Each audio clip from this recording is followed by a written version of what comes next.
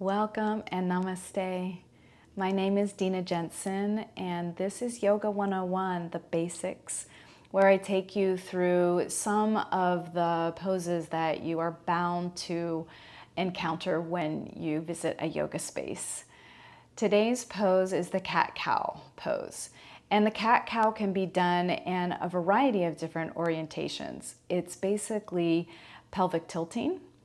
So this pose can be even done on your back, but I'm going to show you today on your hands and knees and in a seated posture. It can also be done kneeling, it can be done standing, it can be done in different postures.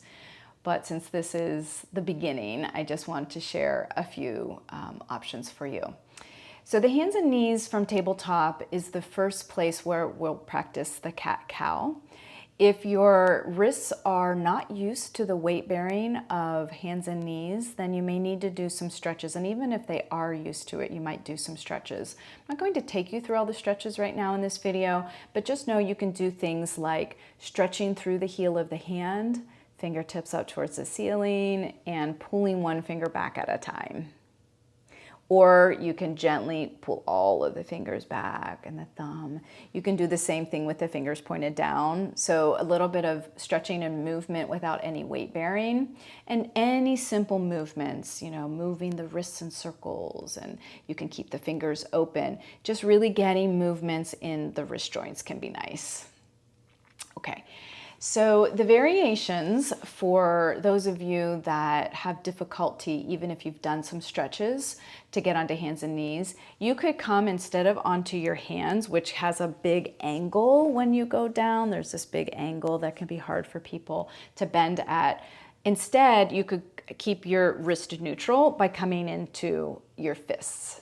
Okay, so coming up onto fists, and as long as the pressure is okay in your knuckles, then you do that with the thumbs pointed forward.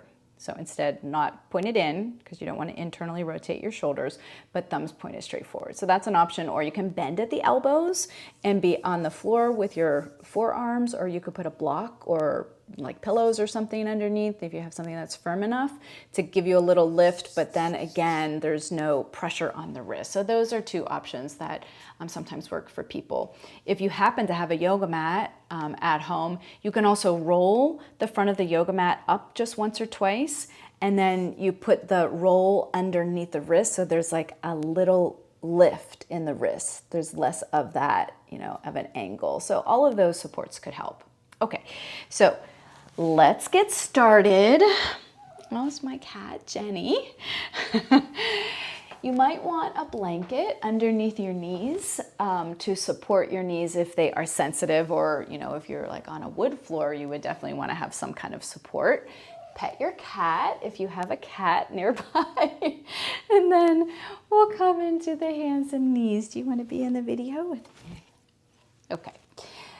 So the architecture of this pose is placing your wrists underneath your shoulders. So we stack the joints and we stand on the bones in yoga.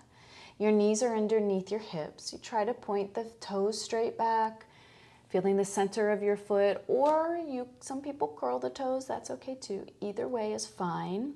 And then you want to distribute. Anytime that you're standing on your hands or standing on your feet, you want to have good weight distribution.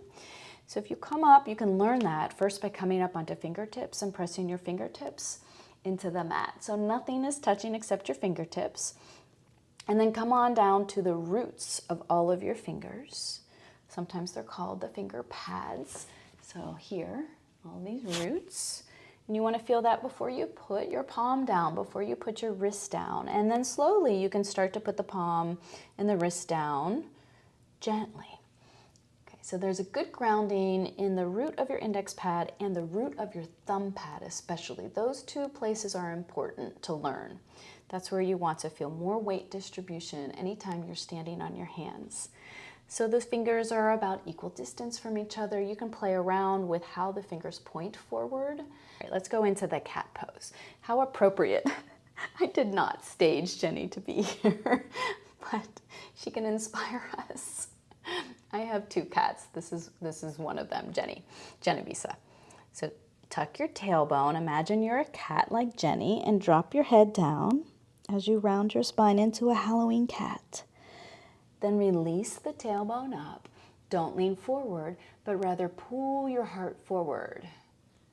So if you lean forward, you're going to get a lot of pressure in the wrists. And then tuck the tailbone, drop the head, pull the belly up towards the spine. And then release the tailbone and lift the heart away from the navel. Adding in breath.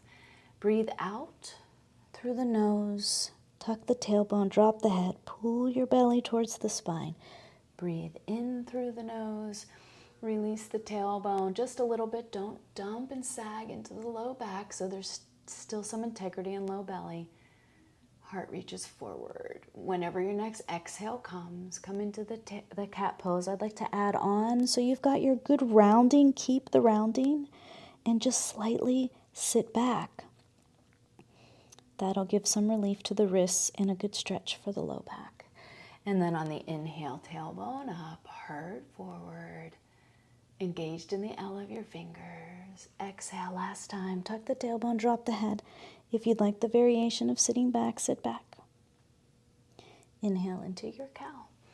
Tailbone up, heart is forward. Okay, and then come to neutral table. So you're probably feeling some things in the wrists. After these poses, you can do counter poses.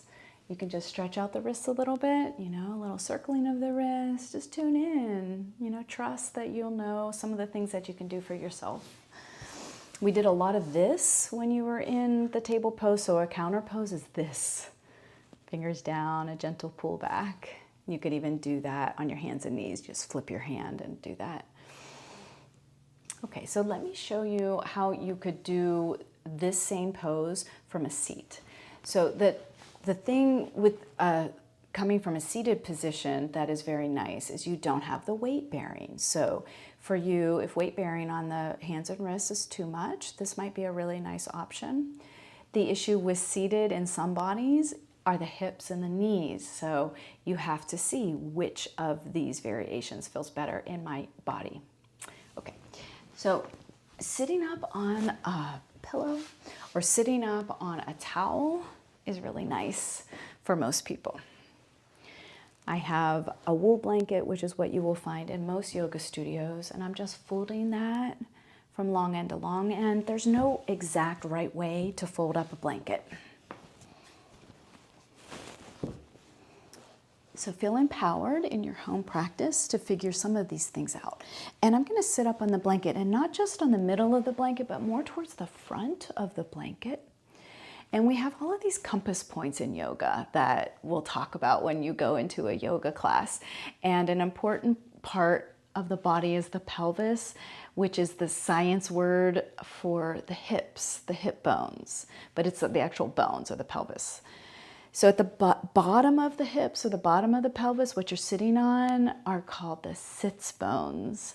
And you may be able to find them if you pull the flesh out from your bottom.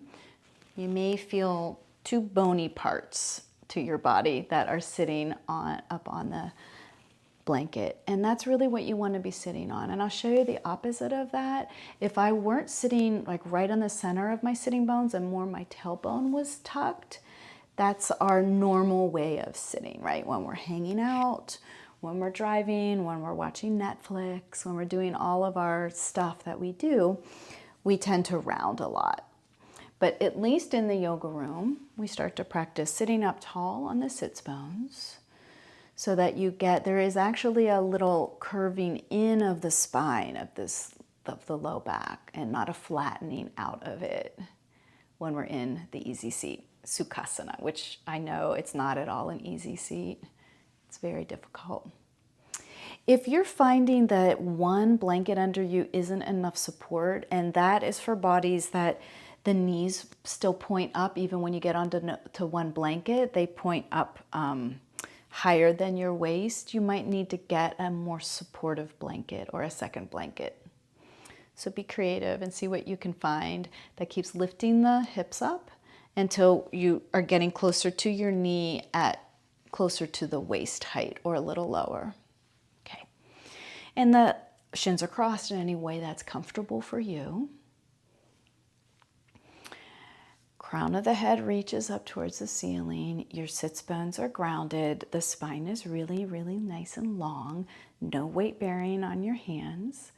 And coming into the cat pose, tuck the tailbone, and here you'll start to feel that stretch in the low back. Hold on to your knees or your shins with your hands. Let the head drop and lean back. And then come through your cow pose, opposite. Come through neutral pelvis, and then lift the heart up, draw your shoulders back. You're rocking towards the forward part, the front part of the sit bones. And on your exhale, we'll add breath, breathe out. Tuck the tailbone, roll back on those sits bones, round the spine, belly slightly in, don't overdo that. On the inhale, roll towards the front of the sits bones, squeeze the shoulders together, lift the heart up. You can look up if you want. You could look forward. Exhale, rounds the spine, leans back. My knees come up a little bit just to give me some support. And the inhale opens up the heart. And then come on back. So the cat-cow pose is just such a nice pose to do throughout your day.